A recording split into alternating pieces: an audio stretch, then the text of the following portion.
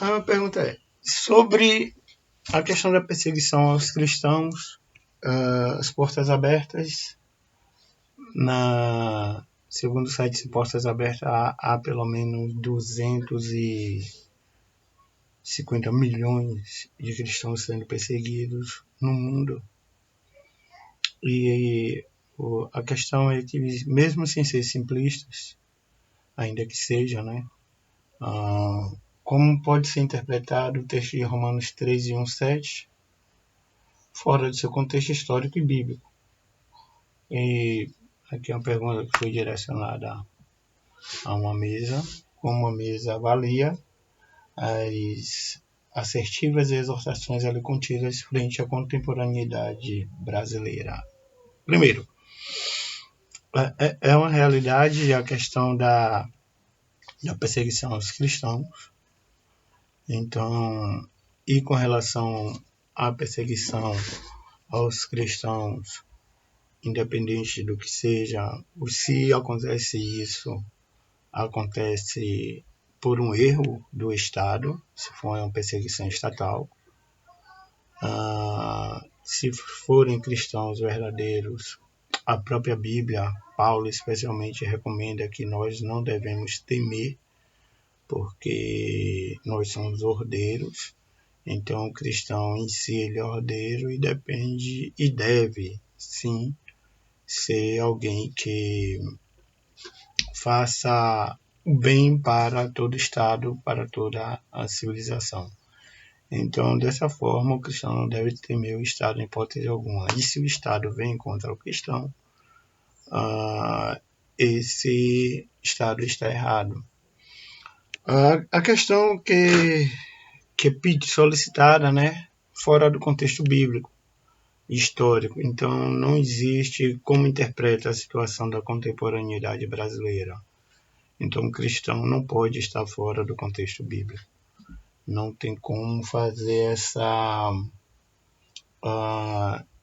essa extração de contexto. A aplicação do contexto é uma outra história. Então, como se aplica essa exortação e essas assertivas do apóstolo Paulo em Romanos? Paulo é claro que toda autoridade é constituída por Deus. E essa autoridade é constituída para fazer o bem e evitar o mal. E se ela inverte esse papel que é dado, ela perde. Porque até mesmo a igreja, quando ela não cumpre o seu papel, ela perde a razão de ser. Então, o povo de Deus, Israel, por exemplo, tinha um papel a ser exercido. E Deus, quando diversas vezes a Bíblia apresenta que quando se não coaduna com os mandamentos, com os preceitos dele, é destruição. Assim foi com a humanidade em Gênesis, com o dilúvio. Assim foi o Êxodo também, pela mesma forma, sendo ali no meio, quando o povo comete idolatria, Deus diz que vai destruir. Assim foi durante todo o processo que o povo, do período dos livros históricos, a história de Israel, quando o povo se desvia, Deus castiga. Então, nós, ontologicamente, ou seja, o nosso ser é para glorificar a Deus.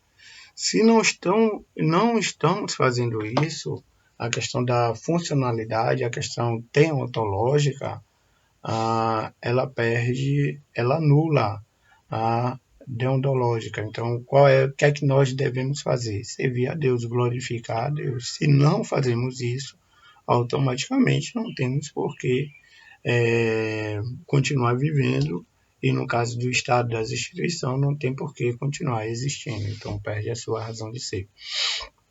Então, sendo o contexto brasileiro, né, quando se fala de perseguição, quando se fala uma perseguição assim, que ela não tem uma comparação com os países perseguidos, porque não se compara Iêmen, países muçulmanos, Tailândia, Indonésia, Paquistão, onde a Sharia, né, que é a lei muçulmana, ela impera.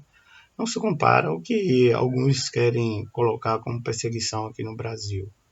Então, a maioria dos cristãos que se dizem perseguidos porque eles estão em desacordo com as leis e quase sempre estão em desacordo com a Bíblia também. Então, às vezes quer usar a liberdade que lhes é otorgada para prevaricar isso e fazer algo que se desvia. Então, muitos hoje, segundo alguns autores, né, então, um autor norte-americano, que ele diz que tem um livro contido com vergonha do Evangelho, devido justamente a isso. Então, quando a lei vem contra esses cristãos, eu não estou com ele. A Bíblia não está com ele. Ele não está com a Bíblia. Então, aí não tem razão de ser. Então, hoje, claro, há uma corrupção generalizada no país e, como deve se ver, é que respeitar a autoridade, seguir a lei e procurar, como cidadãos, melhorar o que for possível. Ser cidadãos dos céus, né, aqui na terra, e assim teremos o louvor das autoridades, como assim preceitua a Bíblia. Não tem para onde correr. Agora também não podemos comparar, por mais iniquidade que haja no nosso país, por mais impiedade que haja em nosso país, comparar com outros países, como por exemplo 50 países da lista de perseguidos. Isso é um equívoco de categoria. Não, de certa forma, não há a perseguição estatal, ainda que haja uma perseguição ideológica por um certo tempo, mas não há oficializada aqui no Brasil. Ao menos isso ainda não existe. Então, é um equívoco fazer essa comparação.